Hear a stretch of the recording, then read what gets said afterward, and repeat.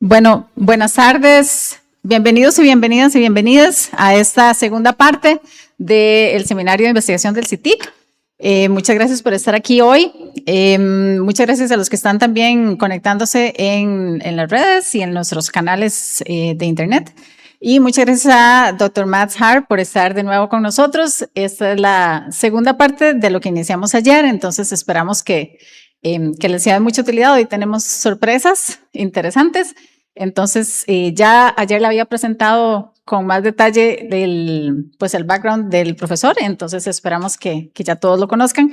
Así que sin más, le voy a ceder la palabra. Thank you for being with us again, and here you go. The floor is yours.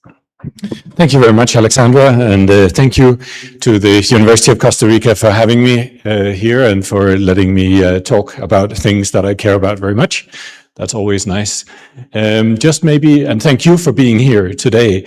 Just maybe a quick show of hands. How many were here yesterday morning?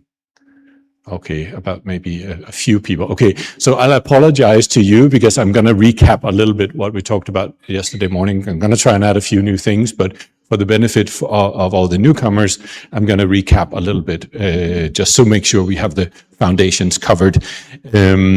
So as you can see, Foundations of Serious Games and Interactive Digital Narrative Part 2. And as you know, probably I'm a professor in computer science at the Trinity College in Dublin, but I also, I forgot to put that slide in here.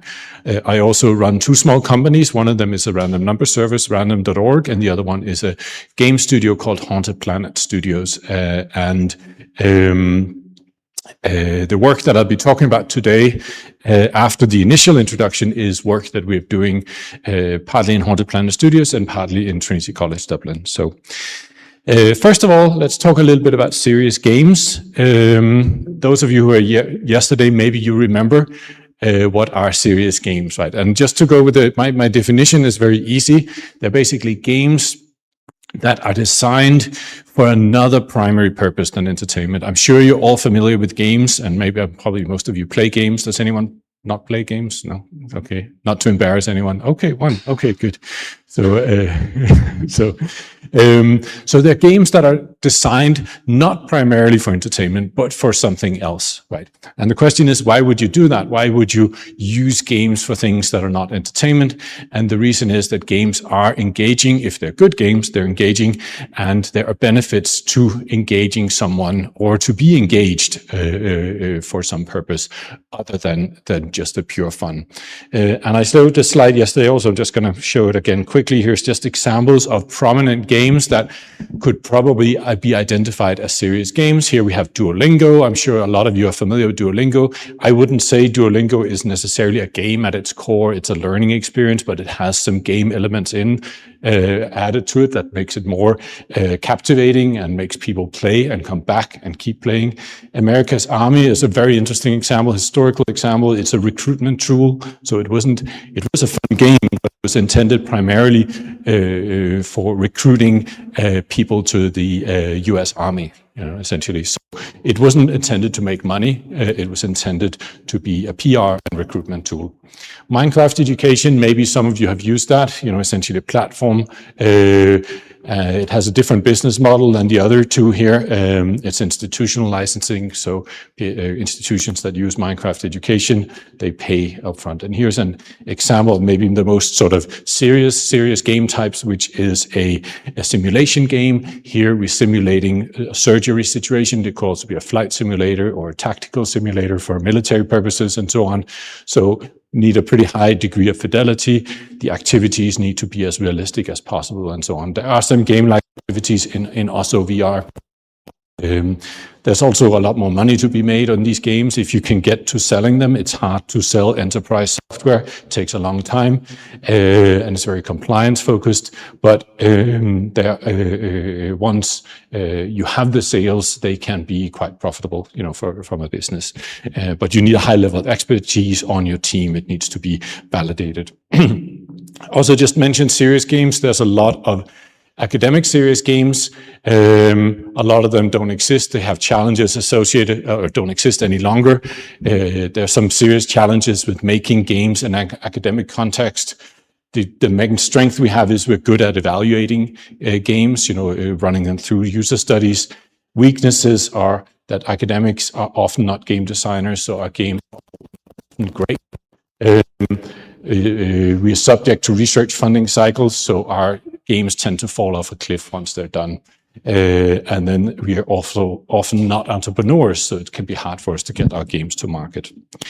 So just a quick few words about engagement in game. I mentioned this a couple of times. And I just want to bring in this model called the optimal experience or flow theory, which was developed by Mihai Csikszentmihalyi that you see there in the corner. And he was a learning scholar, essentially a professor. And he developed this model to describe good learning experiences, right? And you can see on the x-axis here, we have the skill that the learner is trying to acquire and is acquiring, hopefully. And then at the y-axis, we have the challenge, right? And this is the challenge that you as an educator are giving the learner. And he observed that there's this very pleasant flow state in the middle where, as a learner, you experience this flow if your skill level is proportionate to your challenge, right? If there's a good match between the challenge you're facing and your skill level, then you increase your skill level. And then if the challenge increases a little bit also, then you're essentially sort of moving up this flow channel. And it's really pleasant to be in this flow channel because you feel, hey, I'm on a roll. It's going really well, So this has been, you see the corners here of the graph. Up here is anxiety. So if we have a very high challenge and we have very low skill, then we quit because it's too hard. If it's easy over here, if we have a very high skill level and we have a very low challenge, then we get bored. Right. So this is his model, and it was adopted by game designers to talk about game design also. But he designed it for learning, and he observed that learning something at the right pace puts us in this flow state. So this was where we ended yesterday. There's a little bit more to say about this, which I'm going to bring in today, and that is boredom. Right. There are experiences that sit in that corner, but that are not boring, but are relaxing, right?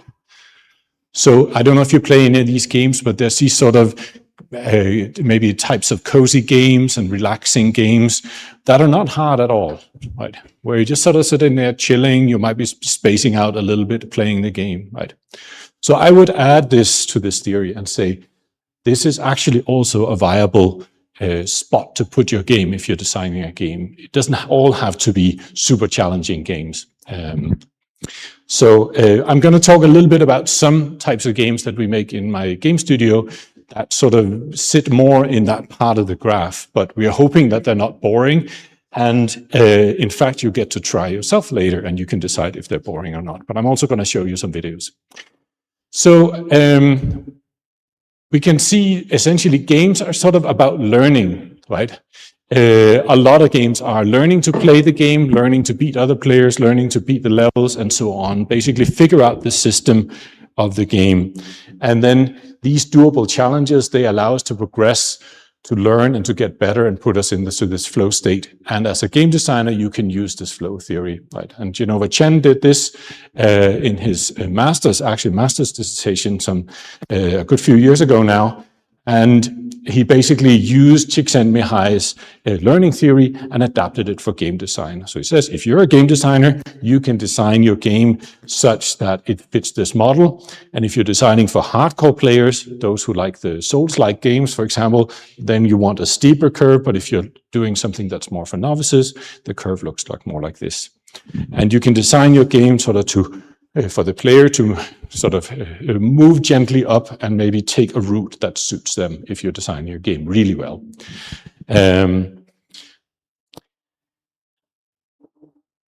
Okay, digital games versus analog games. I think we'll skip this slide here because we covered this yesterday. So I'll talk a little bit about serious game development. And the model that I'm using for this is one that your very own Professor Alberto Rojas Salazar proposed. It's called the CLG model, and it's a game, it's a framework that you can use for designing educational games, so games for learning.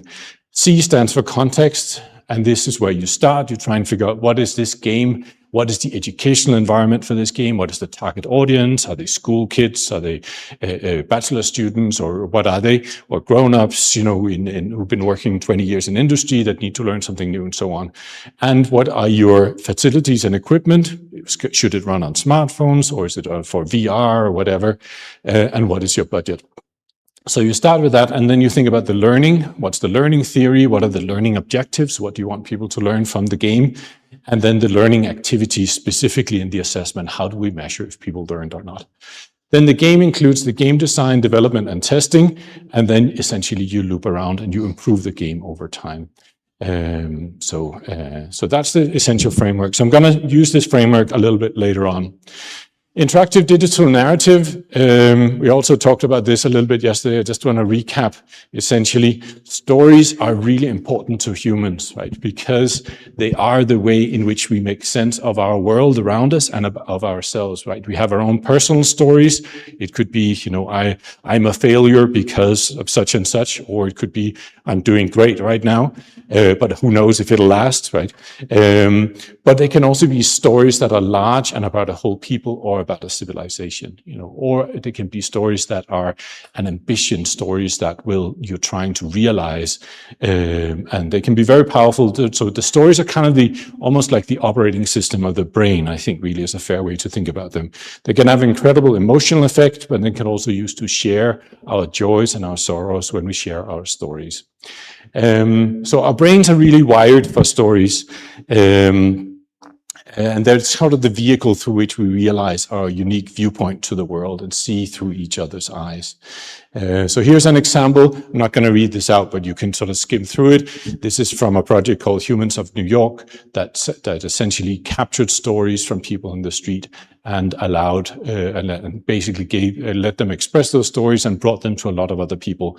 And this is sort of a way for us to share our human experiences, right? When we read other people's stories or experience them, then we feel we are sharing something with them because our stories are maybe not actually that different. So this is an example of a very individual personal story about cancer. There's also this one. This is kind of at the other end of the spectrum. You might have heard this story. I'm just going to play a snippet. I don't know if I have the audio. Let me, yeah.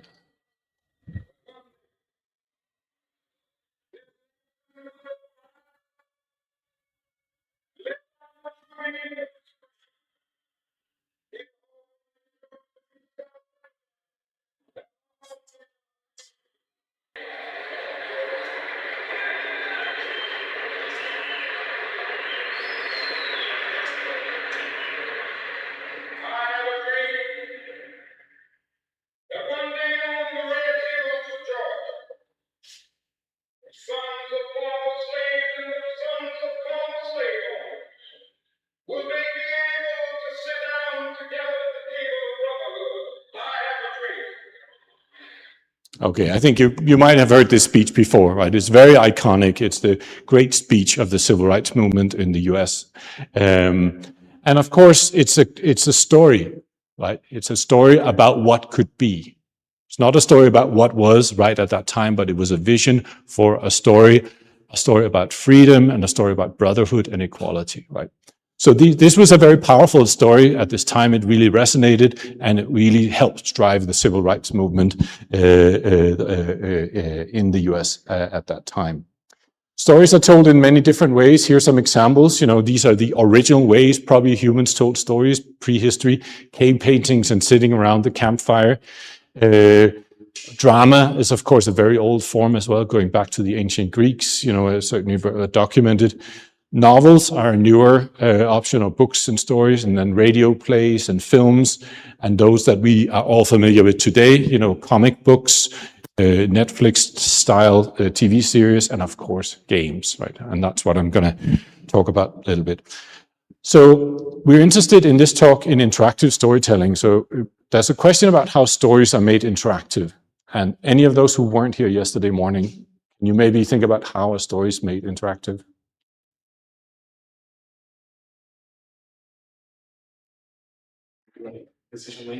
Decision making, yeah. Yeah, yeah, choice. Yeah. So the player makes a choice. The player influences the story. This is different from the other media forms we talked about. When you read a novel, do you have a choice? Or you can stop reading. That's a choice, right? If it's a bad novel, that might be a valid choice, or you just don't like it, right? What if it's let me just hop back actually to that slide. Do we have choice here, or can we influence the story here around the campfire? Somebody's telling a story. Yeah, maybe a bit. Maybe we can say boo to the villain, right? Or, or something like this. So there's maybe some interactivity there. It's not digital, but it is there. The other forms, definitely not the novel, probably not the comic book either. Radio play, probably not either. Films, definitely not. TV series, nope. Stage drama. Sometimes, yeah. If it's experimental, you might be asked to intervene or to participate, but probably in typical stage drama, not so much. But for games, it's all about interactivity, right? Games are all about what the player does. If a game is not interactive, it's not a game, right? So the way we model this in interactive stories is through these decision points. Every time the player makes a choice, something changes in the story. It goes in a different direction. And we can draw this on this map, which we call a tree, a story tree, or a graph more generally, but we think of them as essentially as a tree, where we have the root here, and then the player makes choices, and they end up either sort of in different endings of the story. This comes back from these Choose Your Own Adventure books. You might have played one of them or heard about them, essentially, which are books that you read in a nonlinear fashion. So you start on page 1, and then at the end of page 1, it might say, oh yeah, if you want to go into the cave, to go to page 2. If you want to go up the path, go to page 4. We can draw this here with this type of map. And you can see this story here is quite complicated. Many different things can happen. We can narrowly escape a cave-in. We can die in a tomb. We can get eaten by a cat. We can suffocate in a closet. Many, many different options, right? It's kind of a wild story, this one. I don't know if I have the book with me. I'm just going to check, see if I can pass it around.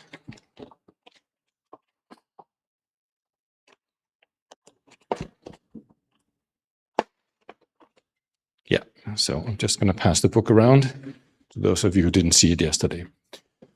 So this type of story structure here is used in many forms. Here's a Bandersnatch you might have played on Netflix. You know, it's a branching story. And here you have to choose between your breakfast cereal, Sugar Puffs or Frosties. This is not a consequential choice in this film. The film doesn't actually branch, but it looks like a choice. And this part here is intended to make you think about what you want to, or make you learn, basically, the choice mechanic. We can map out Bandersnatch. Here's the map from IGN.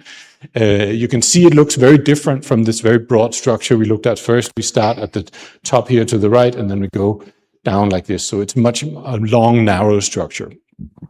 And these choices in games, they're often very overt, like we saw in Netflix, but they can also be hidden, like they are in many popular role-playing games today.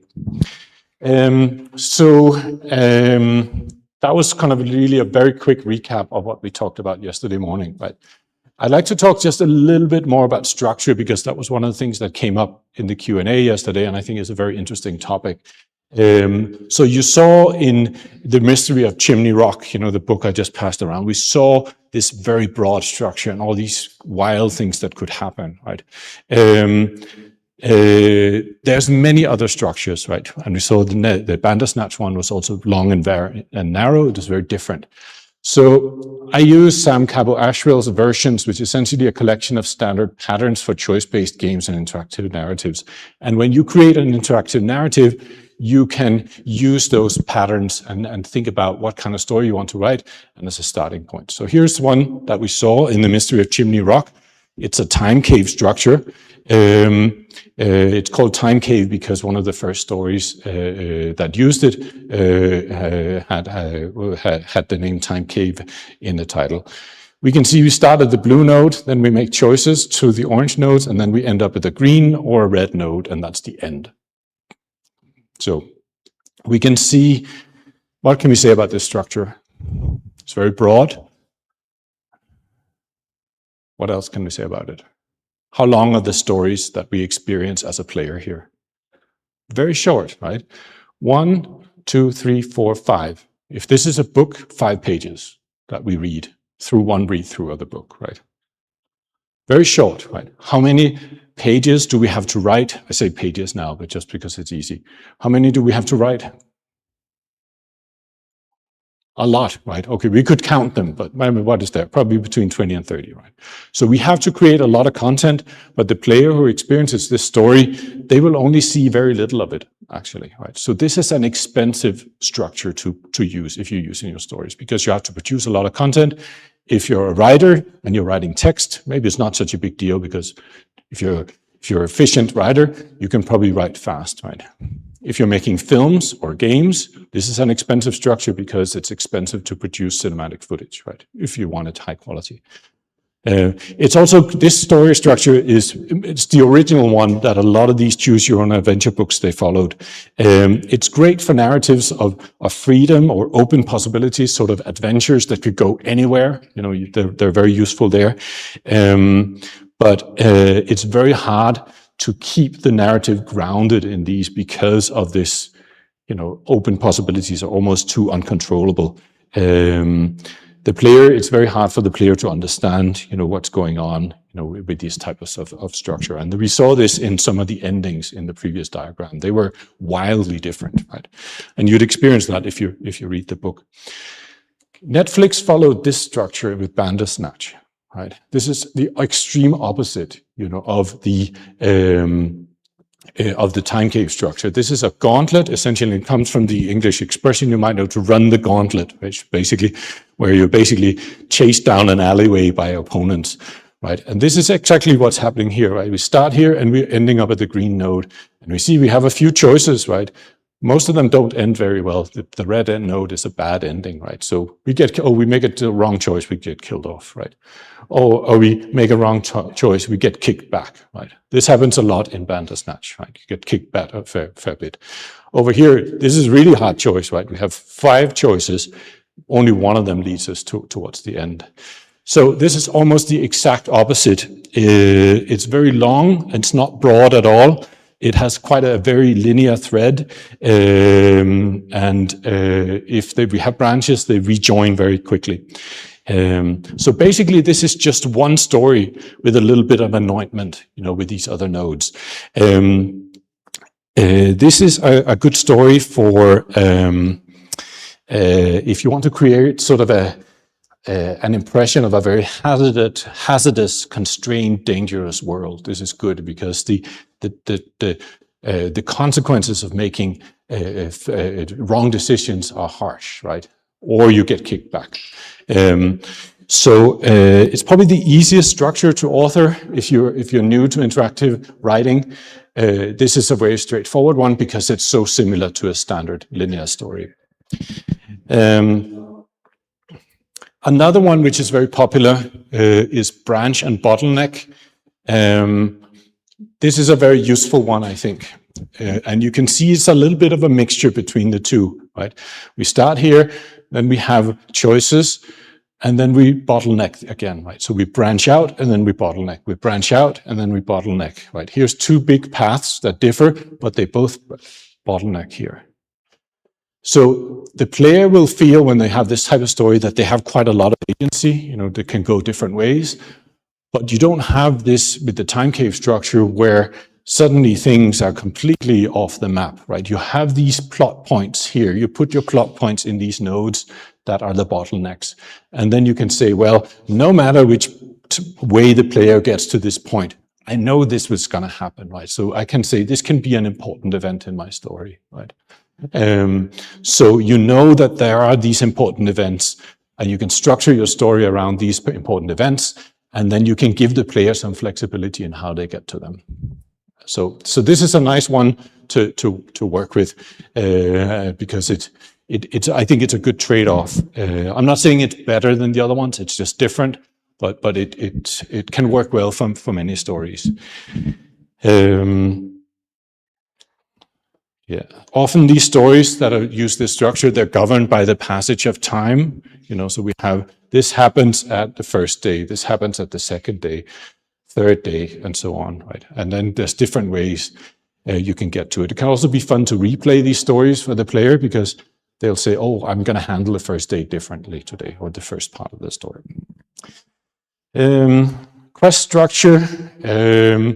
This is a little bit more rare, I guess. This is often more geographically based. A lot of RPGs use this, so we go to a little village, we have some interactions with some characters, then we go over to some other part of the game world, we have some other interactions, and so on and so on. So I'm not going to go into a huge detail about this. Open map is very geographically oriented. Basically, the player can sort of move around between your different story points, and they can move back to where they were before, and so on. It's a slightly unusual one. We're getting a little bit more exotic towards the end here. The last one I'm going to mention is loop and grow, which can be really fun to use. We start here, and then we move around, we have some choices, and then we come back to where we were. How weird, right? So this is great for time travel stories, where things, you can structure your stories so things are a little bit different when you come back, or structures that that use some sort of repetition, as part of their intrinsic material. So are you familiar with the film Groundhog Day, for example? Yeah. So this is the structure that if you were implementing a story, or an interactive story that sort of has that structure that Groundhog Day does, then you can use a loop and grow structure. It's called grow because something needs to happen every loop. Something like he grows in Groundhog Day as a character, Bill Murray's character.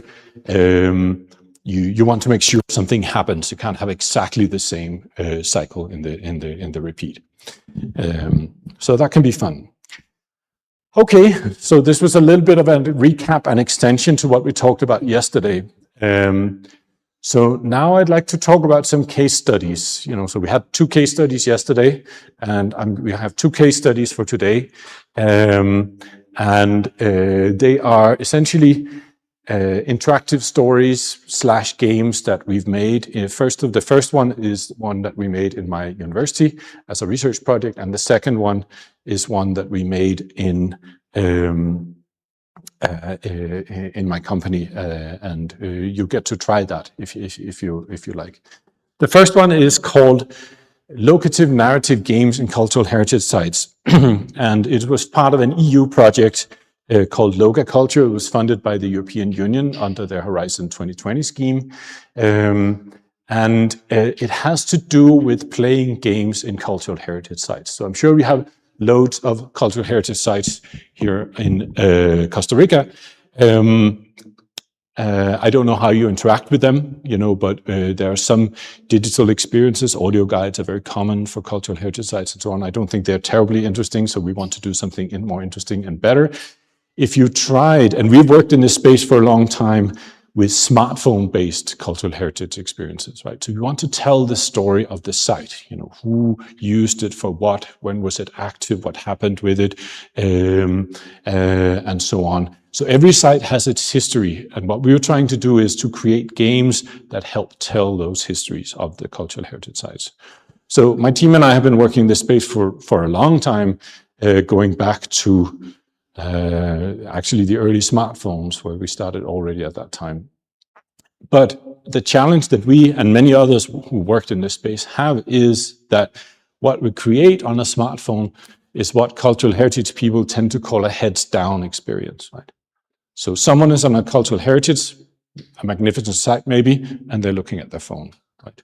Either to navigate around the site, to see characters that we're putting on the screen for them, or maybe to click on things to solve puzzles or those types of things. So some of the games we talked about yesterday, there was the Alice game that we talked about yesterday, which strictly speaking it's not a historical game, it's a cultural game, it's a literary game. But those types of games, you walk around, you look at a radar, and you scan around and you see things on your screen. You look at your screen a lot, right? And we found this was a problem because we have this magnificent surroundings and people are immersed in the digital content. They don't feel present in the site, right? So these are two keywords there, immersion and presence, right? So we wanted people to feel like this, right? And not like this. This kid was very engaged in what he was doing, but it was the digital experience. He wasn't paying attention to his surroundings, right? So what we did in this research project was we took a step back from all of these, and there's a lot of work in this space. A lot of research has been done with screen-based experiences for cultural heritage sites. We took a step back and then said, let's do something totally different. Let's do something where you keep your phone in the pocket. The game runs on your phone, but you keep it in your pocket. You don't look at your phone when you play the game. You experience the site, you don't experience the screen. That was the idea, right? So, and you feel present in the site, but immersed in the game and narrative. Okay, this is getting hard, right?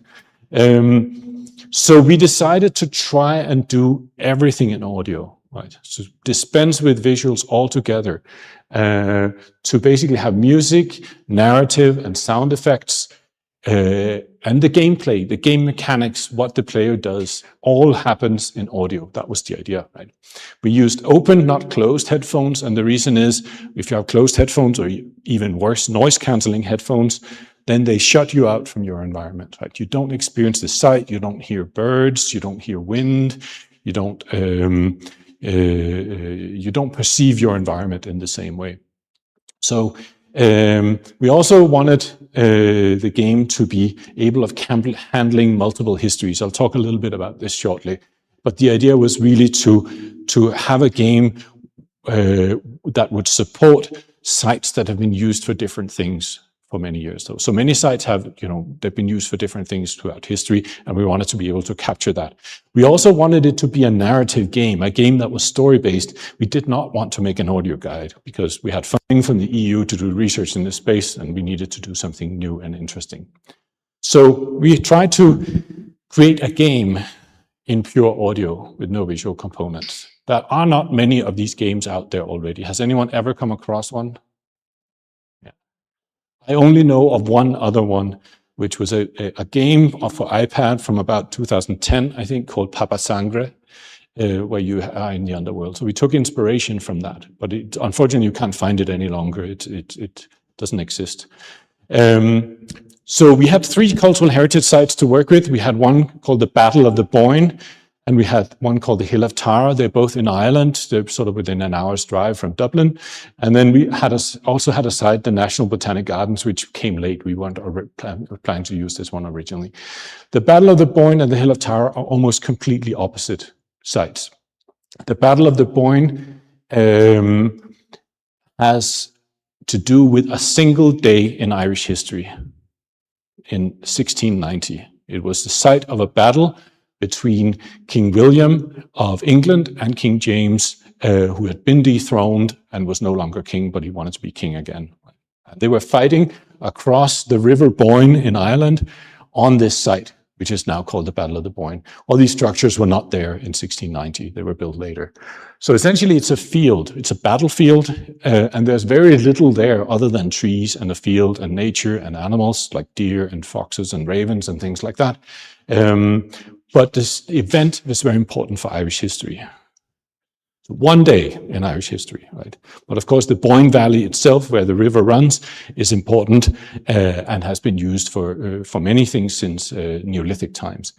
The Hill of Tara is almost the complete opposite. These are mounds that were built around 2700 BC,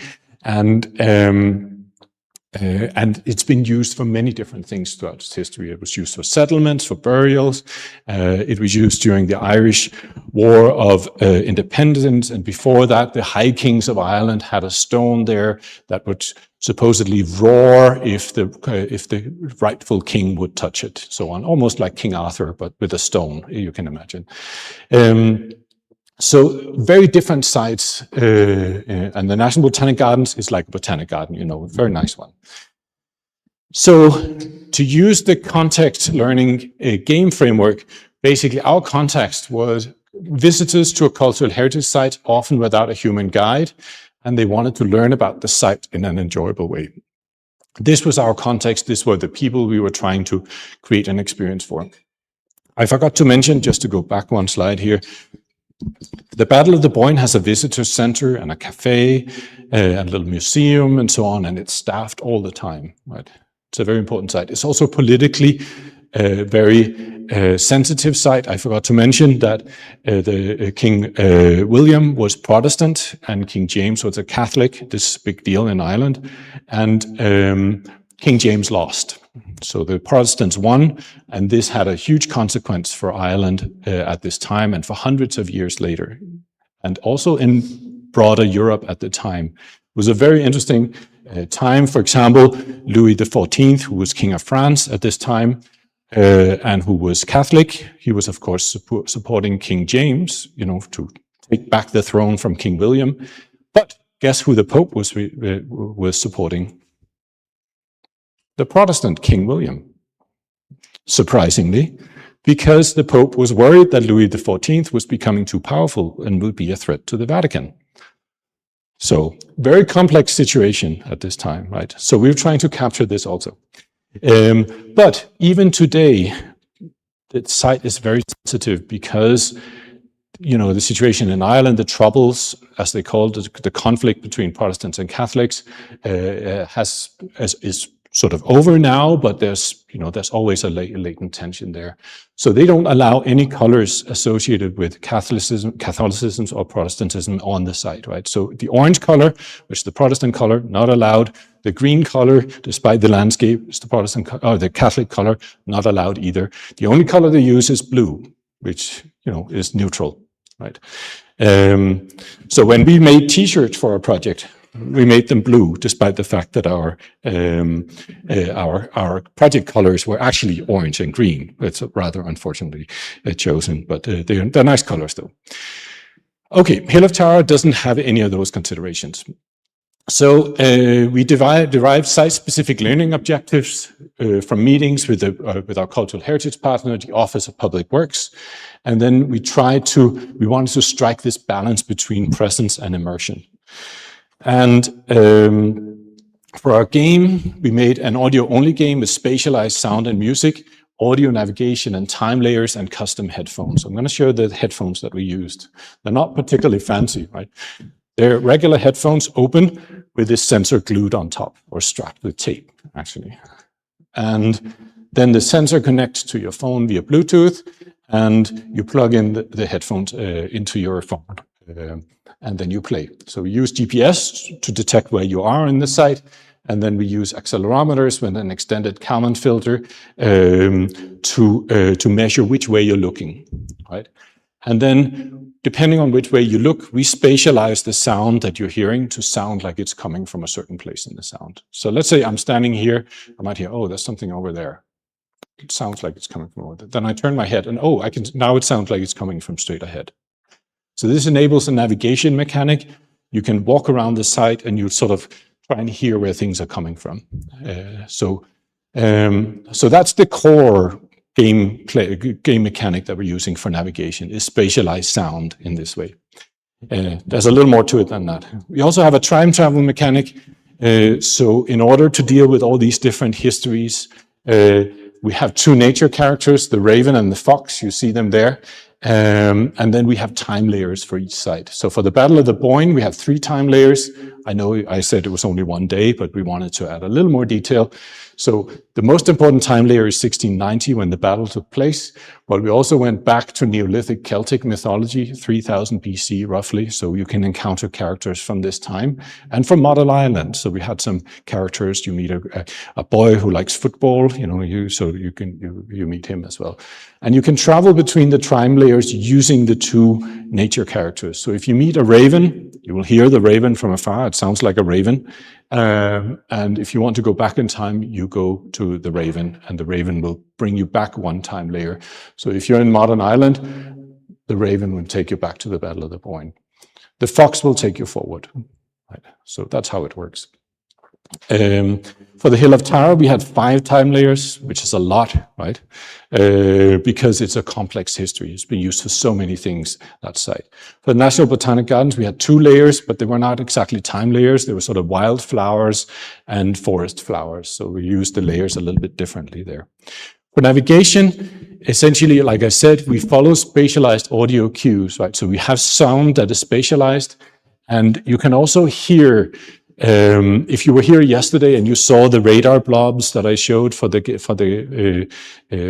those encounters, you might have noticed that all the blobs look the same, right?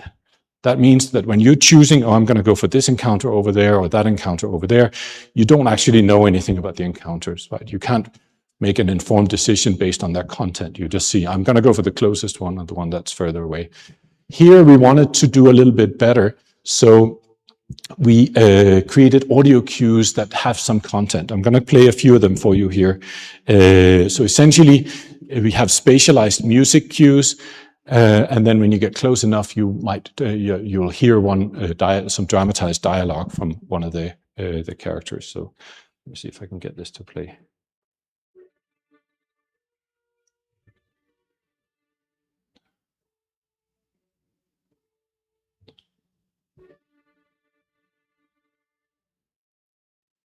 So, okay. So these are cues that tell you a little bit about you might have a feeling, oh, this character might be a king or something like that. It's probably not a fox or a raven, right? That sounds like this. It might not be a farmer, probably not a farmer. It's probably some royal person.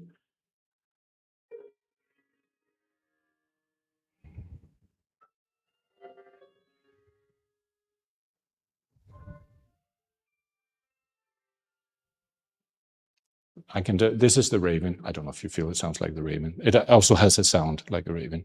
Then when you get to the center,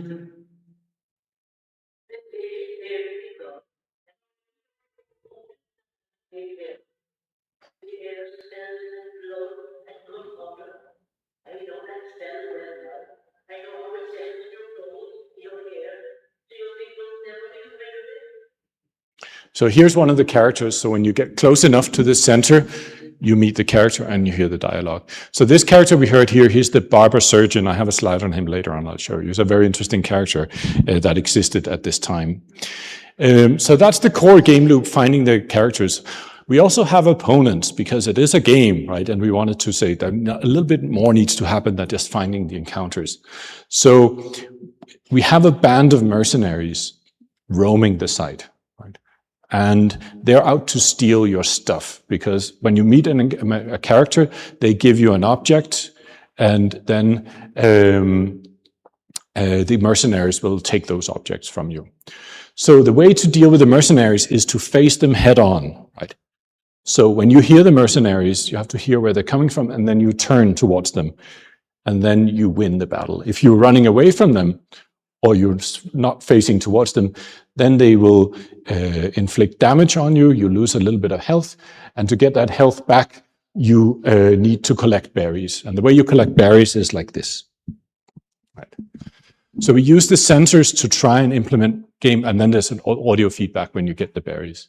So we're trying to do everything, even combat mechanics. Simple one, I admit. But it is a sort of a combat mechanic in audio. There's no visual, so remember this.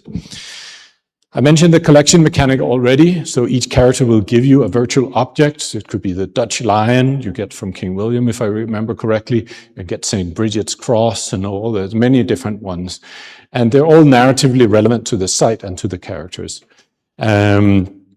We represented them physically through these passports. So we had these passports made. And then the idea is that if somebody plays the game at the site, they go to the office, site office, and they get their passport stamped. Kids love this kind of thing, collecting things. So that's the thing. The music is a really important part of this game. So we use 17th century composers, such as Henry Purcell and J. Playford, for the two kings, and then original compositions for nearly all the other characters. So here's King William, for example. I'm just going to play his cues. This was the ones we heard earlier, right? So this is what King William sounds like when you're walking towards him. You can hear this royal music in a sense. And then when you get close enough, you hear the full music. And this is a historical composition by Purcell.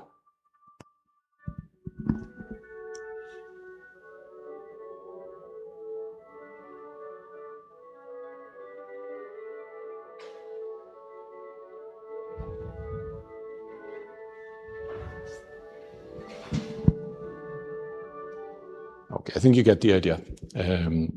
So this is the music we used for this king. You already heard the dialogue for the barber surgeon. He's an interesting character because he was the barber for the soldier. He would shave them, but he would also be the surgeon because he had knives, so why not?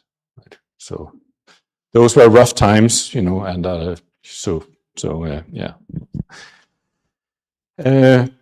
Let me see, I have one more. We also had Louis XIV was not physically present in the site, but he was very important for this battle. So we have him as well. And I just want to show you to compare. He's also a royal character. Here's what his navigational cues sound like.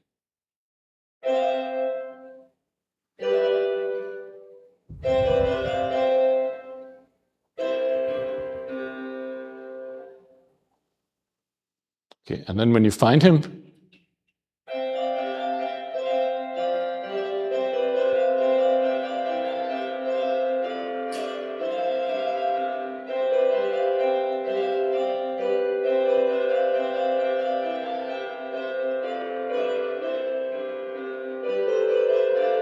so this is a composition that was made for Louis XIV by a composer that worked at his court. So it's a historical piece that has to do with him. And then we have a voice actor for the dialogue. I'm just going to play a snippet of that.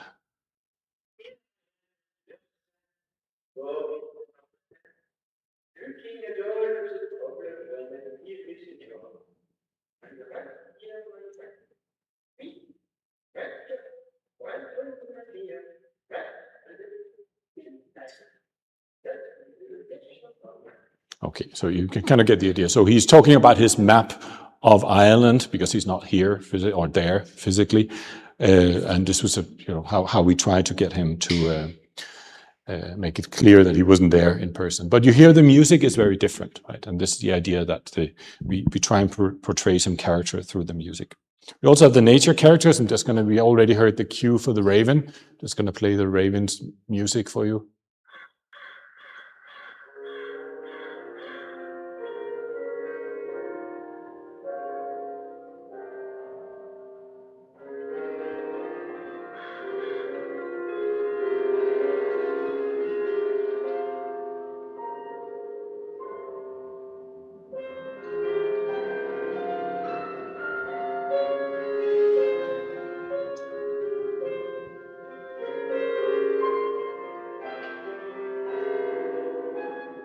You can hear it's kind of a little bit ominous. This is because the raven in Irish mythology is sort of has to do with death and the collection of souls and things like that. It's kind of a dark character, but important. We also have the fox. I'm just going to play a little bit of the fox here.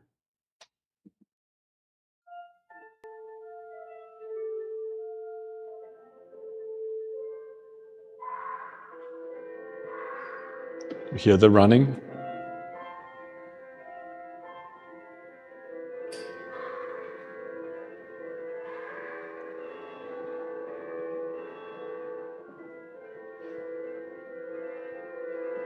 Okay. So I think you get the idea. So these are original compositions that our composer, Svetlana Rudenko, created for the characters. She created many compositions and combined them with some of the historical ones. And one of the things we did with this project was essentially also to perform these compositions. So we developed this concept of a research concert, a way to publish research through a live concert. And we had a big performance in the Royal Irish Academy of Music, and also in the National Botanic Gardens, where we played flower pieces from that game, which I won't really talk too much about today. And we've established an ensemble. You see voice actors there. So this was Claire. She played the River Boyne and a couple of the other female characters, and so on. So this was one of the interesting outputs. We actually also published a music book here. I have a copy with all the scores. So if you play piano, you can get the book. Yeah, I have one I can give away, but I only have one. So, so we did an evaluation at the Battle of the Boyne.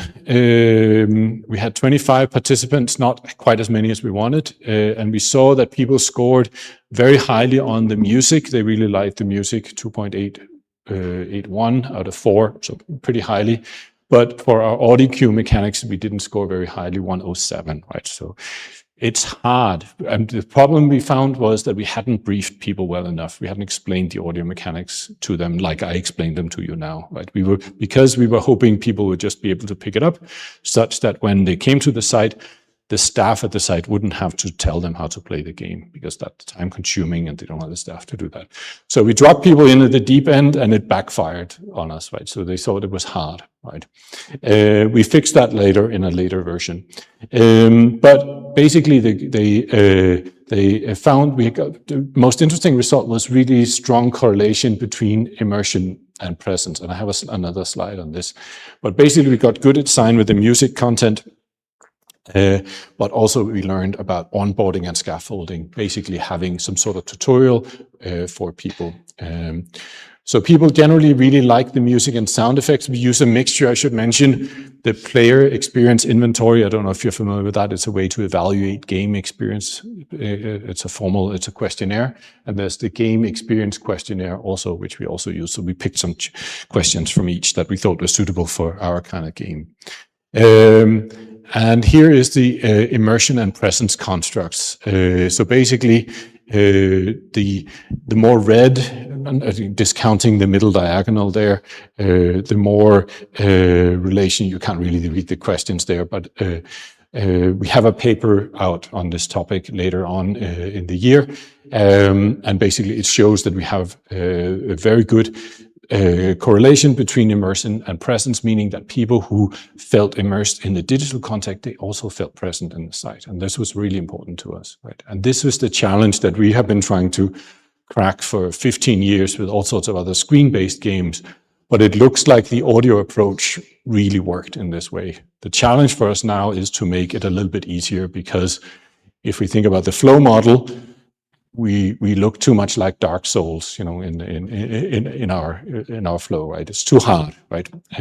But it's still, we still got this good result, so I'm very happy with that. Okay, that was the first case study. Any questions before I move on to the second one? On this one, I saw a picture of the barber where the actors at certain spots, and the audio was drawing people to the certain points. No, the actor was from another event. So that site, they will have reenactment events, which are a lot of fun, you know, and they have people dress up in period costumes and so on.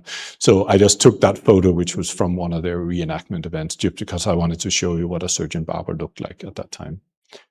So we didn't have any actors on site. That would be great, right? But it would be too expensive, basically, to operate a game where we needed sort of actors on site. But maybe for short events, it would be possible. Yeah. So. Okay. Yeah. How did you land on the exploration experience? How did the what? How did you and the team land on the exploration experience? How we landed on it? Yeah. How and why did you pull this out to just full audio instead of visual cues at certain spots, for example? The sign that says, yeah, this. Yes, I get you. Yeah. That is possible on some sites, but a lot of cultural heritage sites, they don't want you putting up stuff because they're saying, oh, it disrupts the site, right? Or they're saying, oh, it's a historically sensitive site. And a lot of places, they don't even want QR codes, right? Which is kind of the minimal, I think, you know, we could come up with. So for most sites, is our experience, we have to work with what's there.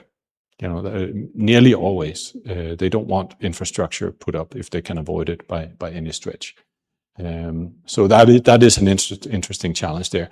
One thing, though, that you can do is to work with what is already there, right? So we have in the Battle of the Boyne site, basically, you know, it's a battle that took place in 1690. It's hundreds of years ago. There's not a lot left, and it wasn't even any buildings there. There were a few farmhouses and so on back then, but they're not there anymore. There's one thing in this site that's still there, and it's an oak tree that they call the battle oak. Huge, big, old oak tree. Right? I don't know if I have a photo of it. I don't think I do. I should have had it. No, I don't have the battle oak with. I should. I'll put that in for if I give this talk again. But big old oak tree that's there. So we can lead people towards the oak tree. These the physical cues that are all in the environment. When you're designing a game like this, you can work with them. So, and we try to do that. The battle oak is a character in our game, actually. So he's sort of the narrator of the game. So he's there. But in this site, we didn't have a lot of other things to work with because there isn't a lot there. It's a field. Okay, any other questions about this?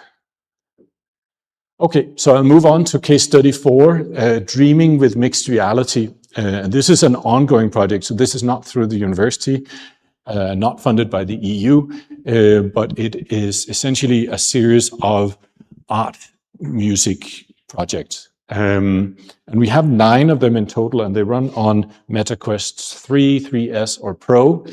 And they're basically based on art, music, and literature. And let me see. You can see here we have one based on Amy Beach. Does anyone know Amy Beach? She's an American Victorian composer. She was a composer at a time where it thought that women were not able to compose, and she was one of the pioneers who became a very successful composer, and her work is great. We have one here based on Rachmaninoff preludes, so classical music, visualizations of those. We have one based on Danish, what's he called? Danish painter Asger Jorn, who was a 20th century painter. And then we have 2 more here. There's a bunch more than I have photos of. But we have Dreaming with Alice Dali, mixed reality, and De Chirico, metaphysical art, MR. So those are the 2 I'll talk about today. So basically what we're doing with these experiences is to put you inside an artwork and make it interactive with music and stories. So the reason I talk about Alice Dali MR is it was our very first full-fledged experience in this series. And it's in some ways, it's still kind of my favorite because I think there's so many nice little details. We spent so much time on it. But it came from this other experience that I talked about yesterday, which was for smartphones and location-based outdoors game. Those of you who were here yesterday will remember this, right?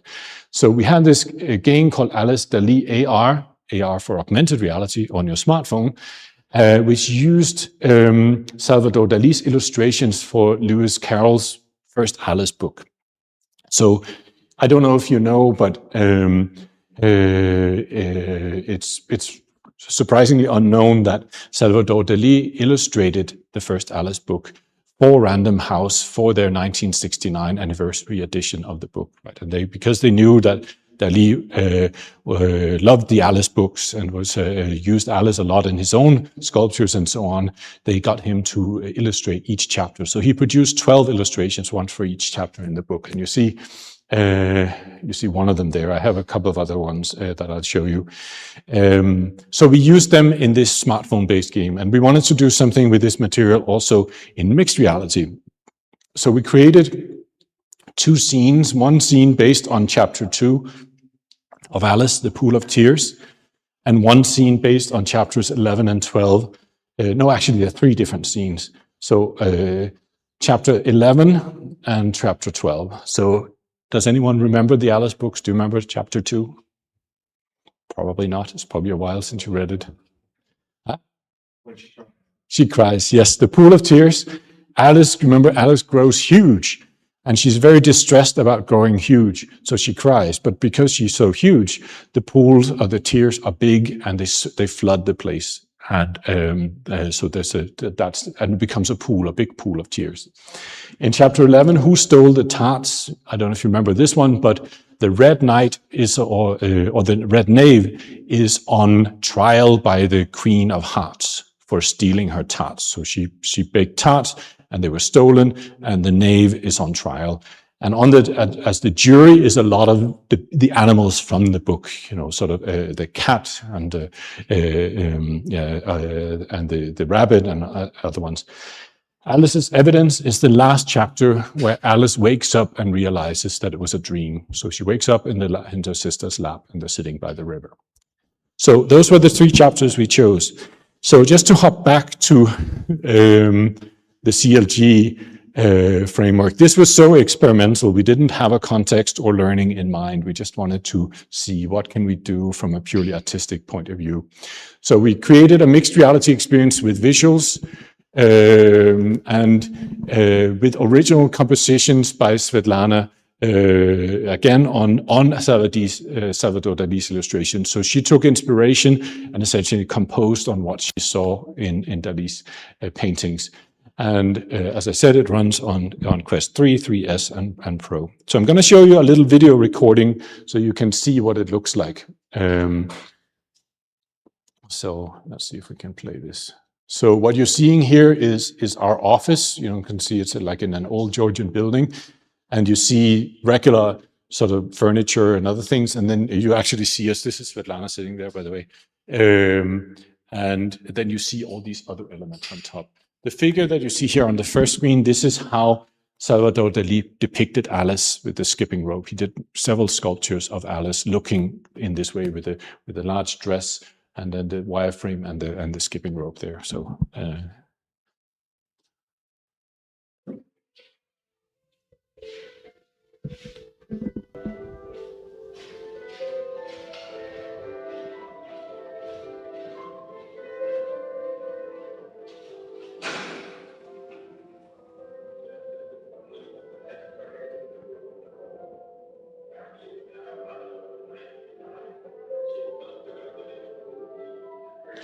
you see the teardrops flocking.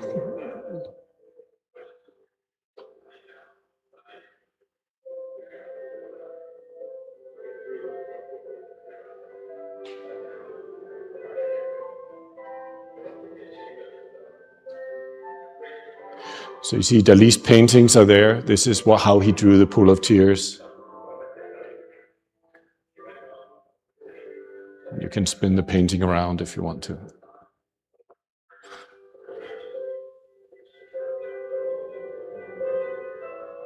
So here is the waterfalls. They appear in Dali's paintings as well.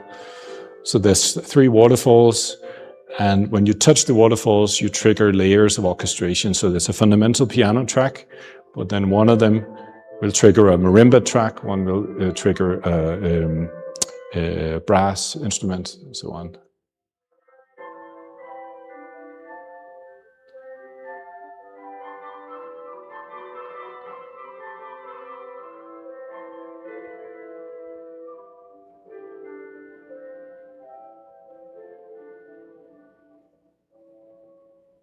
So that's the first scene.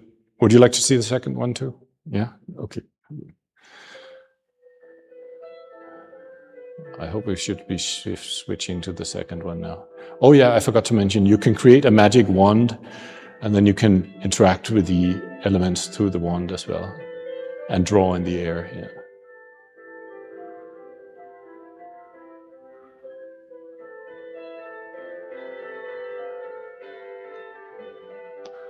So again, the music is Svetlana's compositions on this painting. And if you drop the wand, you just create a new one. You saw the gesture there. Oh, here's the strings. Okay.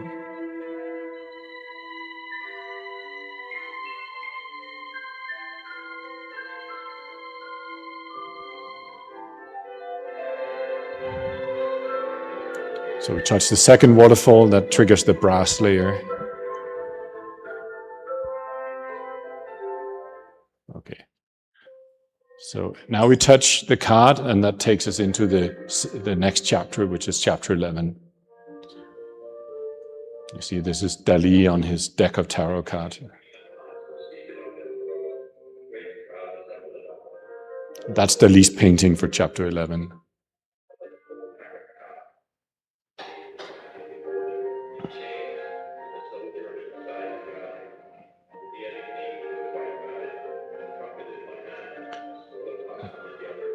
So you see the tart standing on the table, you see the animals floating in the air. There's the cat. You recognize the cat, yeah? That was the rabbit. When you touch the animals, they sort of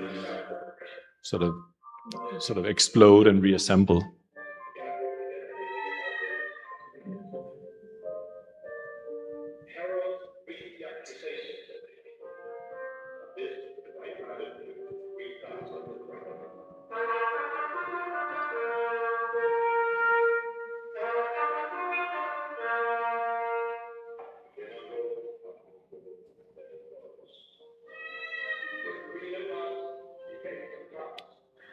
So that's a snake. It's also in the painting. It's another painting than the one you saw at the beginning. So.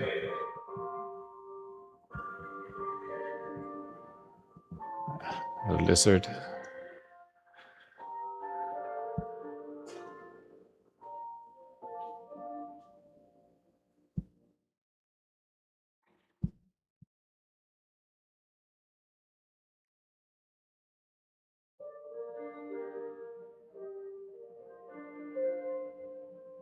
That's a unicorn.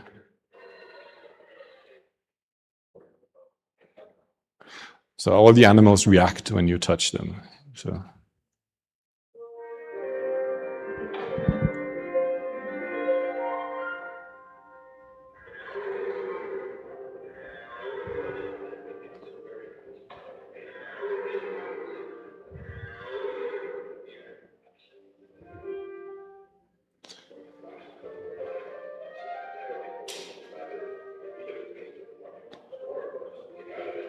Okay, I'd like to show you just quickly the last one as well. So you see, this is the least illustration for the 12th chapter. So if you touch that, you can see it's glowing. Then it's a portal to that chapter.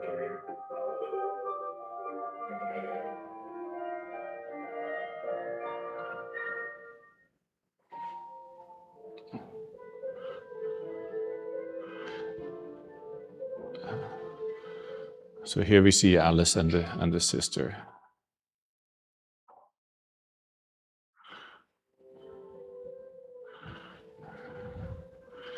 And here the cards are floating around.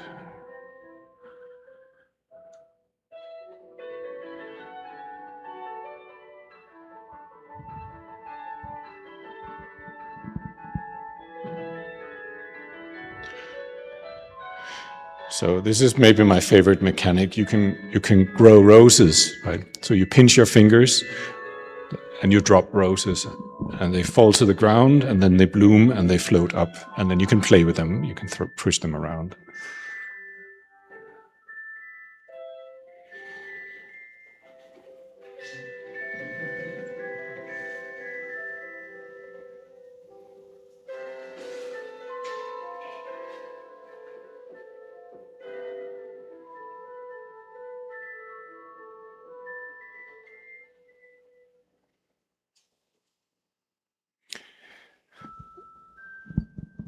Okay, so I think,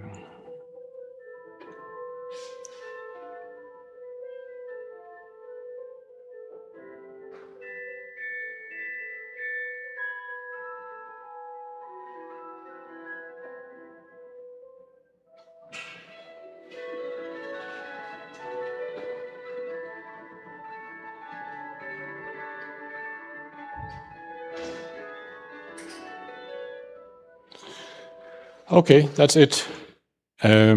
So now you've seen the interactions. So this was intended essentially as an experiment, try to see what can we do with interactions and what feels good to do in the experience and how could we sort of represent Lewis Carroll's story, in this way.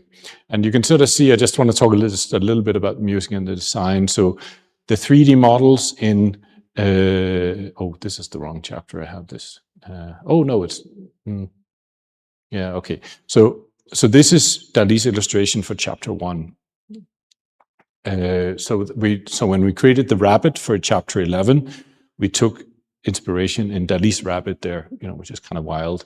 And then we took inspiration in pareidolia, which is this idea of the tendency for human perception to impose a meaningful interpretation of sort of nebulous things that we see. So we're trying to make sense of it. You know, if you look at clouds and you see animals or other shapes, that's pareidolia. So we shape the model as particle systems so they can be reshaped and to react to whatever the player touches them. You saw that in the video. In terms of the music, Svetlana developed Alice's theme as essentially as a waltz with the rabbit. So it's an E-flat major in 3/4 time. And then that appears again later on in the other parts. So you see the music there. So for chapter 11, you know, as I mentioned, pareidolia came in. This is Salvador Dali's illustration for chapter 11. You know, see it's quite dark. You might recognize the animals that we used in the video. There's the deer, there's a unicorn, there's the tart there in the middle, and there's a snake and so on. And you see here even the cat, you know, this is Dali's cat, it's a wild cat, right? So we had a sort of slightly more, we didn't model it exactly correctly, but you see our cat there also. So that was how we did the design there. And for the music, you know, essentially the Alice theme came back, you know, for the final chapter. And then the reminder of the queen, she has a threatening theme. We didn't hear that in this one.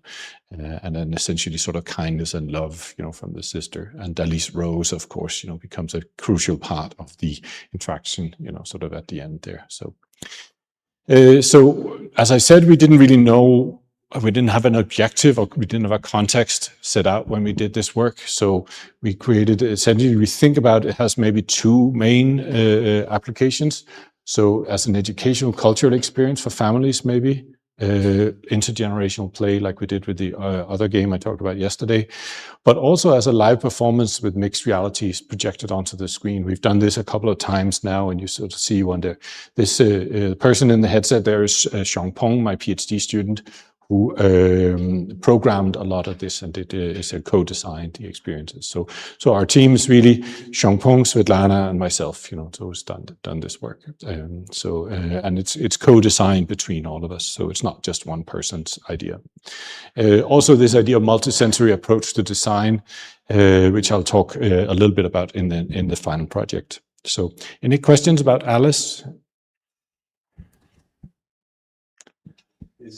This game meant to be, was this game meant to be something abstracted from any certain place? You know how the previous one that you had shown was in a certain park. This one is meant to be kind of standalone, that you can use it anywhere? Yeah, so you can play this anywhere. It works indoors and outdoors.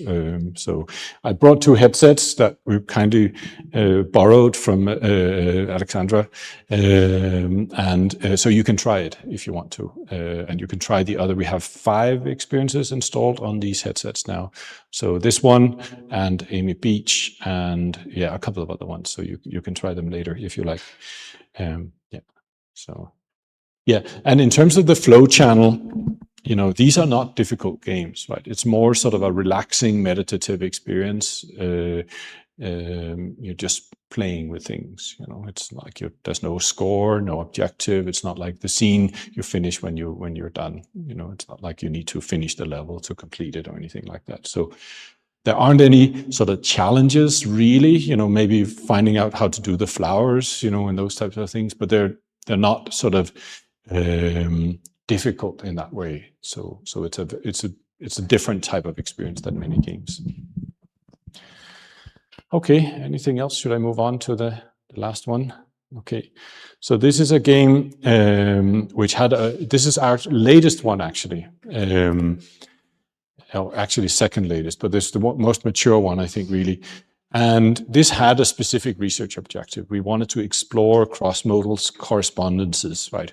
So the whole idea, I'll talk a little bit about what it is, but these experiences are audiovisual, right? So you hear music and sounds and you see visuals, right? But nobody else is really, not saying people are experimenting a little bit, but it doesn't activate other senses. Like VR doesn't activate touch unless you have very special controllers, maybe, or body controllers and that type of thing. And they don't activate taste or smell, right? But what we wanted to do with this project was through a collaboration with Professor Charles Spence from Oxford University, who is head of their, or founder of their cross-modal lab in the Department of Experimental Psychology. We wanted to see, can we create a design where we're getting people to experience other senses? Can we activate senses like smell or touch or taste from audiovisual stimuli alone, right? Without extra technology, right? By virtue of our design, right?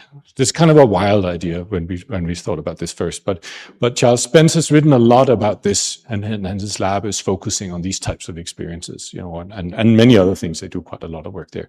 And we also had a concert there in the Somerville College Chapel in Oxford. You see the photo there. This is again Xiangpeng in the headset, and Charles there in the foreground.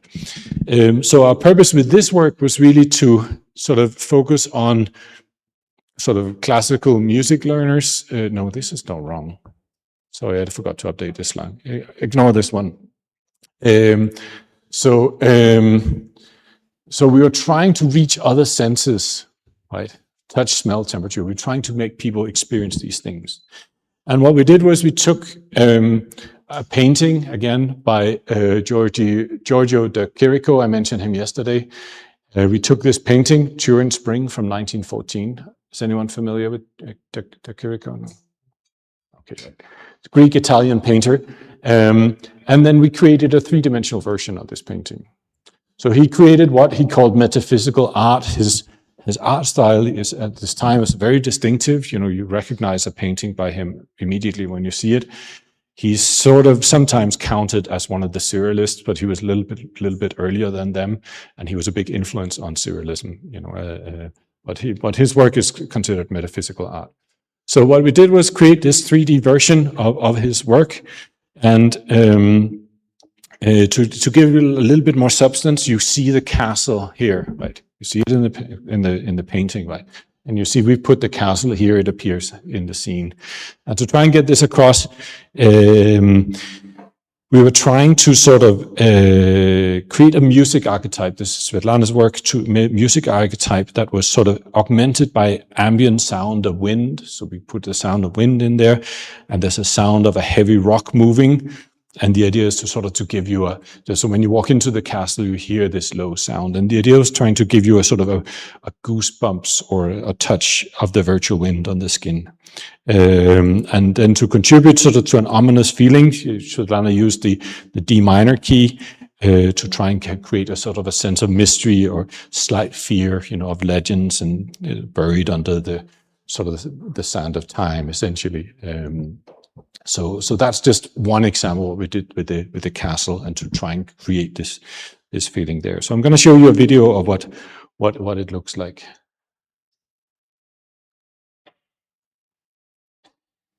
If it works.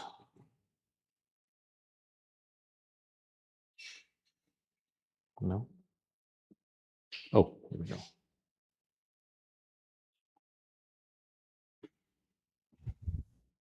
You probably recognize the room. So each object, this is very interactive. Each object, like the book, has some music associated with it.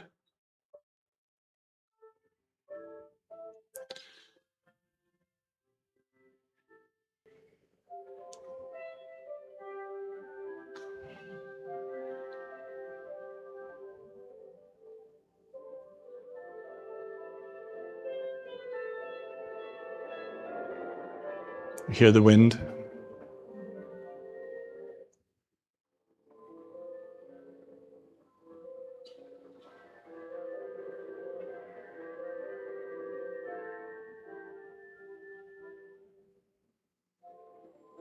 You see the flag moving, so the wind is visual depicted, but of course not on your skin.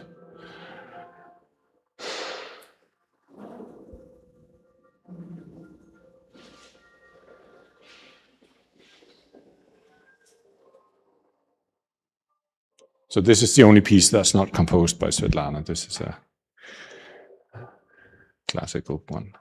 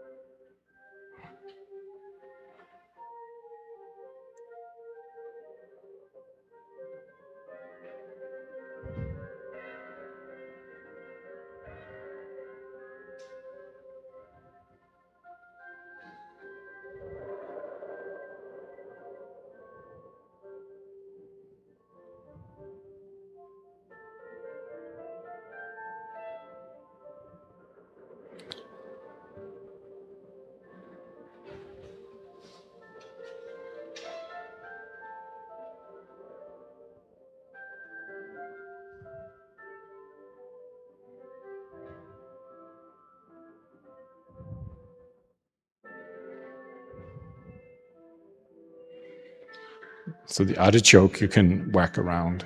So.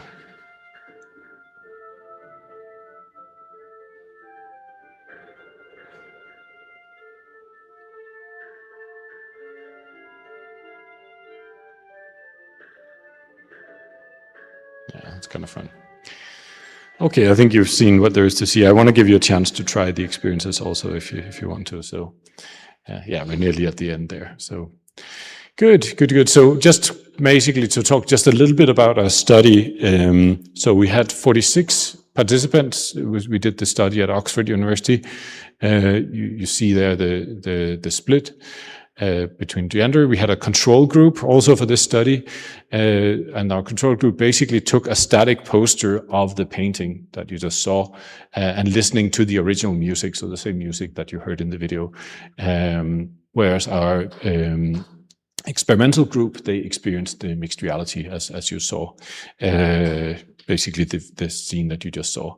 And then we recorded cross-modal correspondences to evaluate whether this multisensory design approach worked. And what surprised me, certainly, maybe Svetlana was less surprised than me, but was that we had a considerable activation of touch and to a smaller extent taste from the experience compared to the control group. So people reported that they felt sort of the sense of wind more than we thought they would. I have the specific numbers somewhere. Yeah, they're coming up. In addition, they also showed that we had aesthetic joy and emotional journey from walking in the art scene and interacting with the elements. So people enjoyed the experience, which was nice also. So there was an aesthetic reward associated. Here's the map of cross-modal responses, right? So we kind of see so how many people experienced smell? Not very many. So the control group is the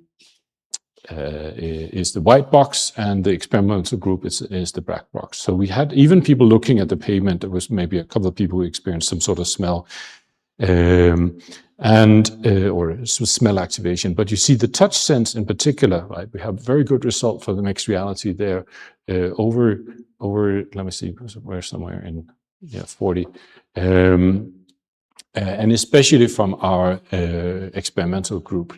So this idea of feeling the wind because you hear it and you see the flag blowing was something that worked better than certainly I thought it would. So that was very interesting results. So we're writing this up at the moment. This is not published yet, but we have the data, but we're writing it up for publication now. And here's emotional responses. So people who were in the control group, so looked at the painting, they felt calm, curiosity, and intrigue.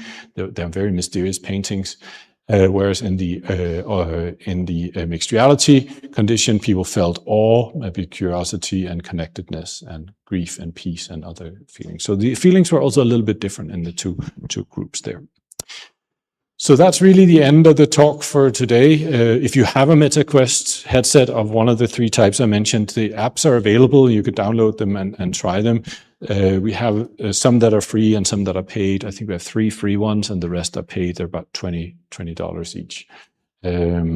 So you can try them, and there's QR codes there. But I'd like to invite you to try them on some of the Research Institute's headsets. So we have 2 headsets, unfortunately, so we might have to have a little queue if you want to, but I guess the sooner you come up, the sooner you get to try.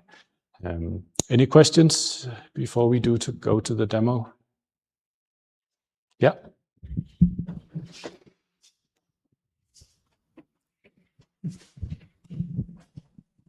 Well, good afternoon. I just want to say that all of the projects that you showed today are really creative, and I find it really amazing.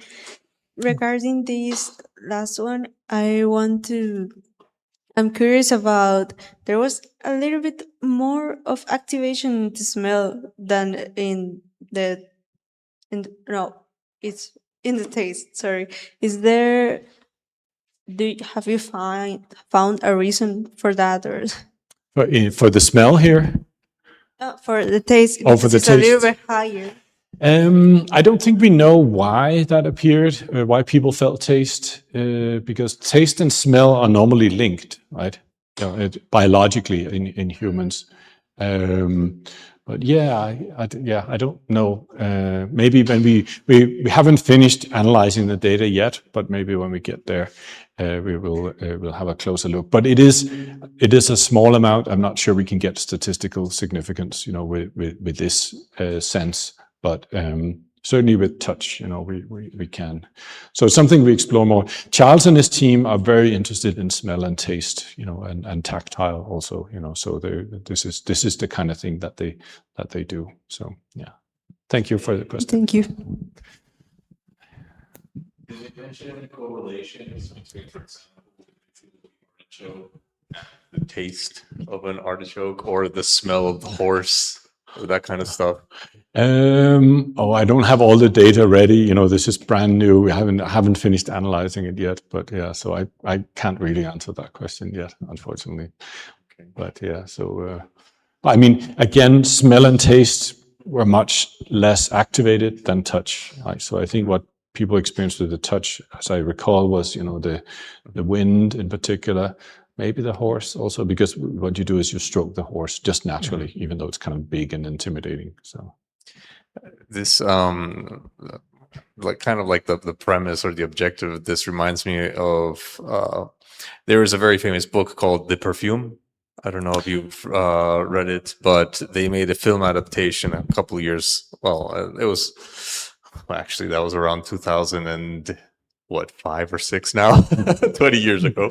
But I remember when I had read the book and when they announced the film, I was like, okay, let's see how they pull this off, because the whole premise of the book is smell, and we're in an audiovisual medium. And if you see the film, they really pulled it off. But analyzing the edit or how they did it, they used a lot of what they call intellectual montage. By juxtaposition. And so you have kind of like archetypical things that maybe imply certain meanings, or that how they smell. Let's say they would do a certain shot and then they would cut to like a close-up of certain thing, and then they would cut to like a close-up of the nostrils flaring slightly and stuff like that, or like a really macro shot of the skin tensing, getting goosebumps after smelling stuff. And so the through the edit and the union of all those different things, they would cause a sensation in the audience. So it's a really good reference of that intent, having to pull that off if you're only working with audiovisual. Interesting. Okay, I'm going to watch that film now. I have heard about it, but I don't think I've actually ever seen it. Yeah. Okay, that's amazing. It's not an easy challenge to do. It really isn't. So there was one more thing I wanted to add. What was that now? Oh yeah. So this multisensory design, we have a whole talk on that, right? We're not going to cover it today, but this idea of multisensory design comes from this idea of synesthesia. Has anyone heard of synesthesia? Yeah, good people. Okay. So for those of you who haven't, synesthesia is a sort of a brain, I guess, sort of a slightly unusual sort of, I think of it kind of as a superpower, basically, but it's a cross-wiring of the senses in the brain, such that people with synesthesia, they might see shapes in the air when they hear certain sounds, or they might experience taste when they hear certain sounds, or they might experience that things like days of the week have a color is a very common one, and synesthetes don't agree on colors, right? So, it's like for some people, Tuesday is yellow, but other people insist, no, it's red, so there's no consistency. It's completely personal. But we use this idea of synesthesia in this as sort of, I guess, as a model to try and think about how can we do this cross activation and get other people to experience it, even if they're not synesthetes, and there's some evidence for this here. It's about 3 to 4 population of the 3 to 4% of the population, general population are synesthetes. And some people have many types of synesthesia. I think there's about 80 types in total. And we have one of our experiences, which I have not installed on the headsets, is based on work by a synesthete artist that we worked with. She's based in New Jersey. Her name is Jerry Hahn, and she has, I think, 30 types of synesthesia. Her experience of the world is wild, right? So every time she hears music, she sees shapes in the air, right? And the way she deals with this in her art, it's very intense, right? So she flattens the shapes. They're three-dimensional shapes. She flattens them and she puts them in her artwork, and those become her artwork. So this is her practice. So she's an amazing person. She's in her 70s now, and she's very dynamic, very productive, and very articulate. And she's great. So we have some experiences of her work too, but I don't have time to talk about them today. So, okay. Any more final questions before we go on to demo? Yep. Good afternoon. I wanted to thank you again for the talk. I also think it is so creative that you are able to mix all this, and it's also really challenging to be able to like mimic the other senses with just like hearing and visuals. I think it's super cool. I was really curious about this specific part about the research concert. Like how was that done? What does that mean? Were you able to show like your findings on the project while also showing like the music that was involved in it? We did focus on the music for the project, but we did draw the sort of the context of the project. But the music is such an integral part, of that work, as navigation and as characterization and so on. Yeah. So but presenting the actual data in music, we didn't quite manage to do that. So I don't know if we can get there, but it was fun. It was a nice experience also, and to draw people's attention to the work also. This is often a challenge for researchers, in the university. You produce some work and then you want to share it with the world, but you share it with academics, of course, through the conventional, journal and conference publications, but getting it out to just everyone, the general public, is a bit of a challenge. So I think we managed to do that with the concert. And we had 2 more in the Botanic Gardens, actually. So we've had 3 research concerts so far. So, okay, great. Thank you. Okay, well, let's go on to demos. But thank you very much for coming. And here again, our coordinates, if you want to get in touch, we're very happy to talk to everyone. So thank you very much.